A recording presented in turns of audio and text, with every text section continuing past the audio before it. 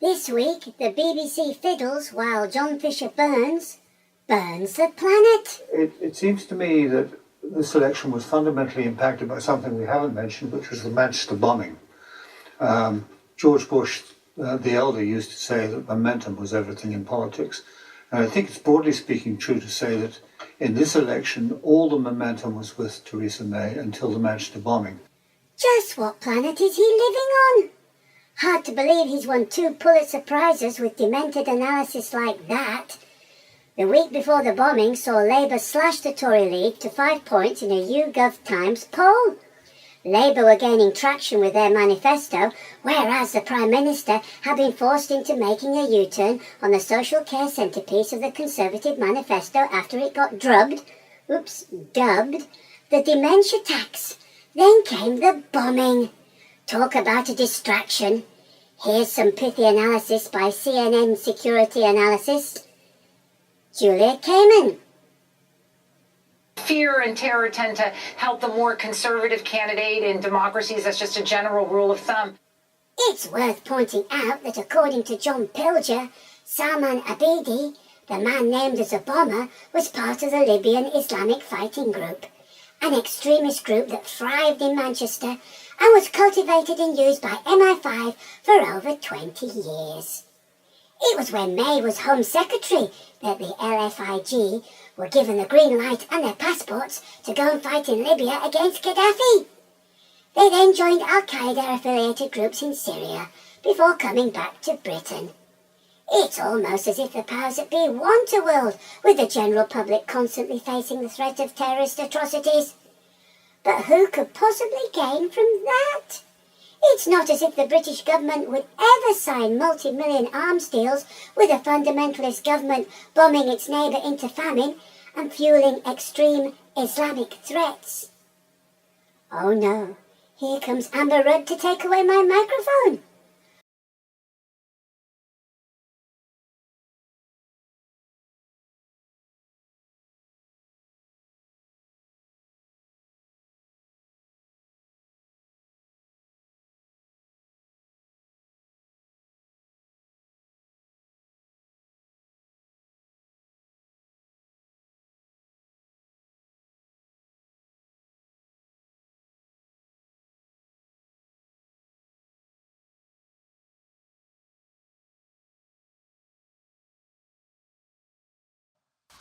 Awfully sorry, but this is the subject that we're on at the moment, which is about... We're talking about Manchester. That is why MA5 was sending kids from Manchester to Libya. Am I being censored?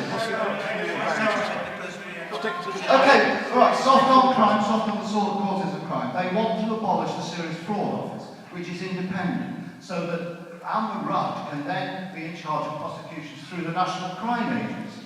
Sorry, which is the person per attack I wish to avoid. Why? I'm sorry. Come on. This is censorship. Yes. I have suffered censorship for 10 years. None of people don't know about these things because of censorship. I'm sorry, but we don't know about it. Move on, baby. Move on. There is legitimate, even if it's minority, science which suggests that a man-made climate change may not be quite as convincing a story as we've been led to believe. Minority?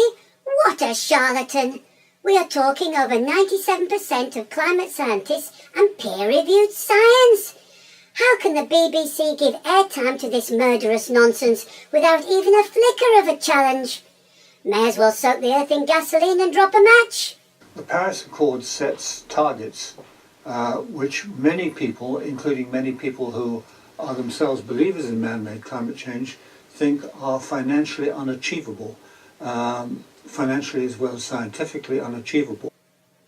Bullshit!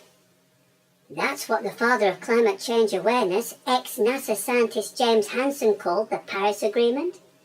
Hansen believes only a progressively rising worldwide tax on carbon gives us any real chance to avoid catastrophic climate change.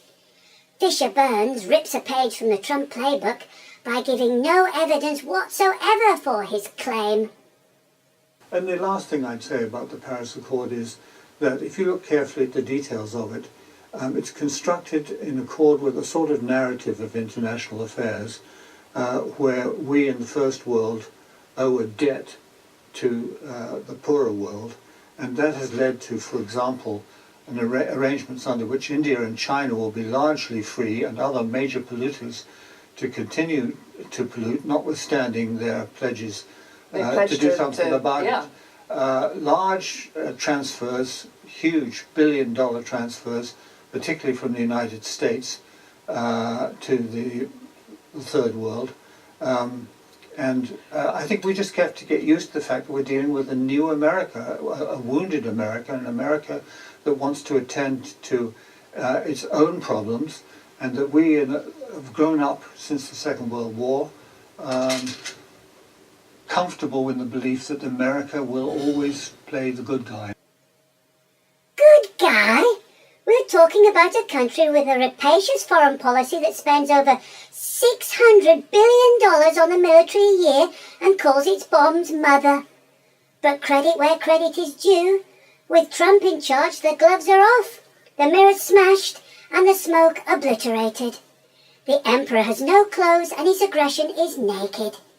But expect the BBC to shove the fig leaves of false balance into the compost and shine some light on the truth? Hold your breath and die laughing.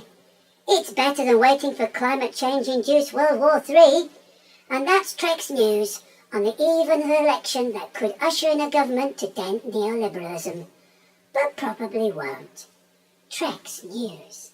Exceedingly extinct. Wonder if that worked.